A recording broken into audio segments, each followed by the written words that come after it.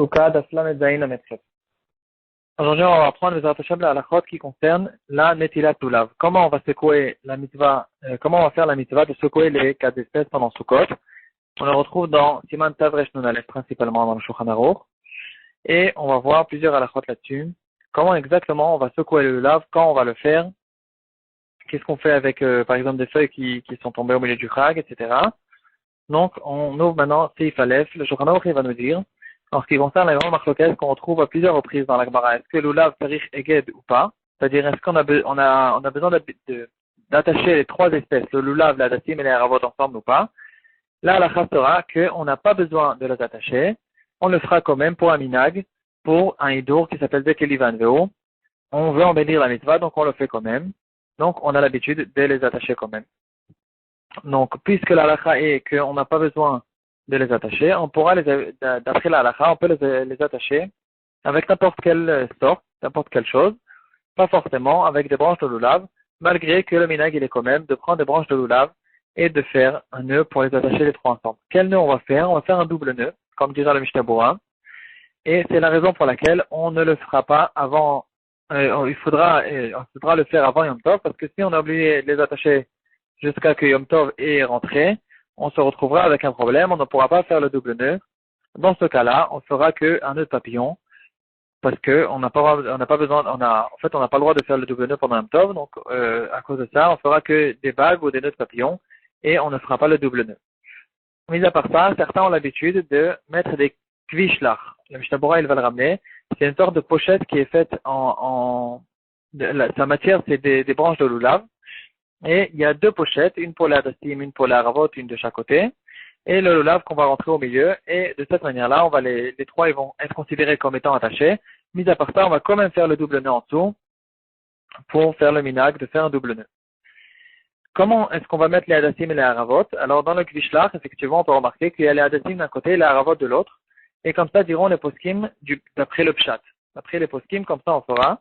Par contre, d'après les mekoubalim, au nom du Harizal, ils diront qu'on ne fait pas de cette manière-là, les hadassim d'un côté et les haravot de l'autre.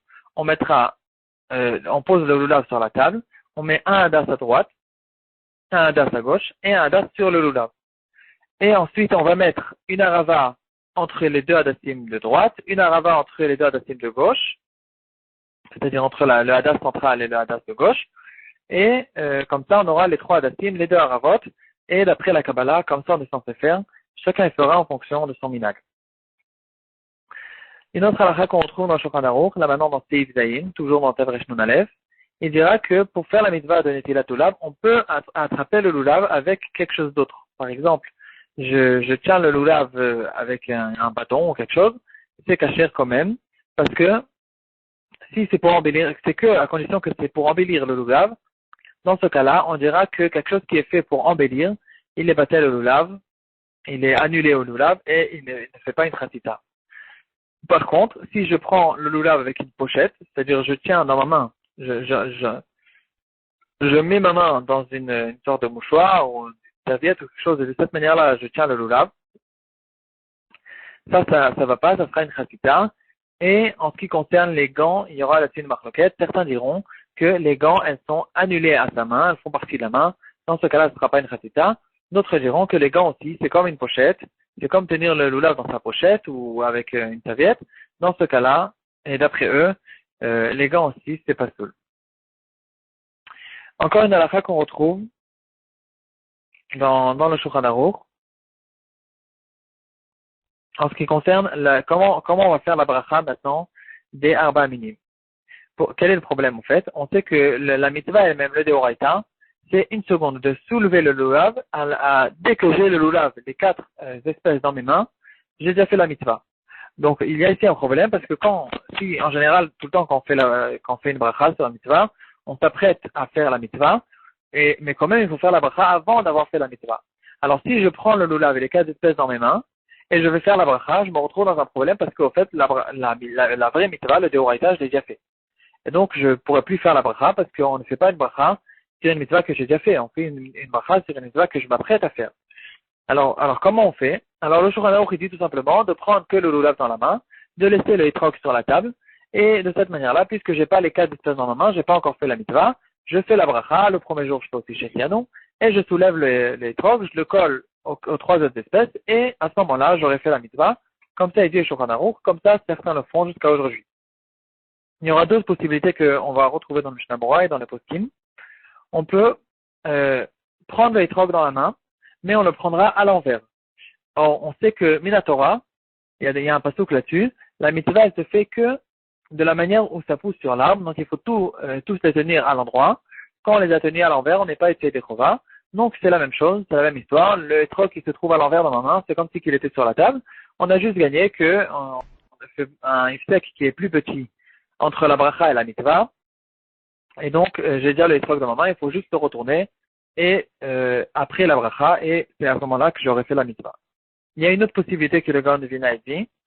On sait que chaque mitzvah, si j'ai une kavana de ne pas me rendre quitte de cette mitzvah, même si je l'ai fait entièrement avec tous les douines, je ne suis pas été de chova, je ne suis pas quitte. Et donc le Gaon de Vilna il dira que j'ai qu'à tout simplement tenir les quatre espèces, tenir les trog aussi à l'endroit, tous les tenir dans ma main, mais d'avoir une kavana claire, une intention de ne pas me rendre quitte maintenant tant que je n'ai pas fini la bracha. C'est que quand j'ai fini la bracha que maintenant, avec mon intention, je fais la mitzvah. Une dernière possibilité, certains diront qu'il faut que les quatre espèces ils soient proches l'une de l'autre. Donc on a les trois qui sont attachés, le lulav, la tassim et la haravot, et il faut que le étrog aussi il les touche. Et donc certains diront qu'on peut aussi prendre le lulav dans la main droite, le étrog dans la main gauche, et ne pas les rapprocher qu'après la bracha, et c'est qu'à ce moment-là qu'on fera la bracha. Voilà, donc ça c'est l'histoire de la bracha.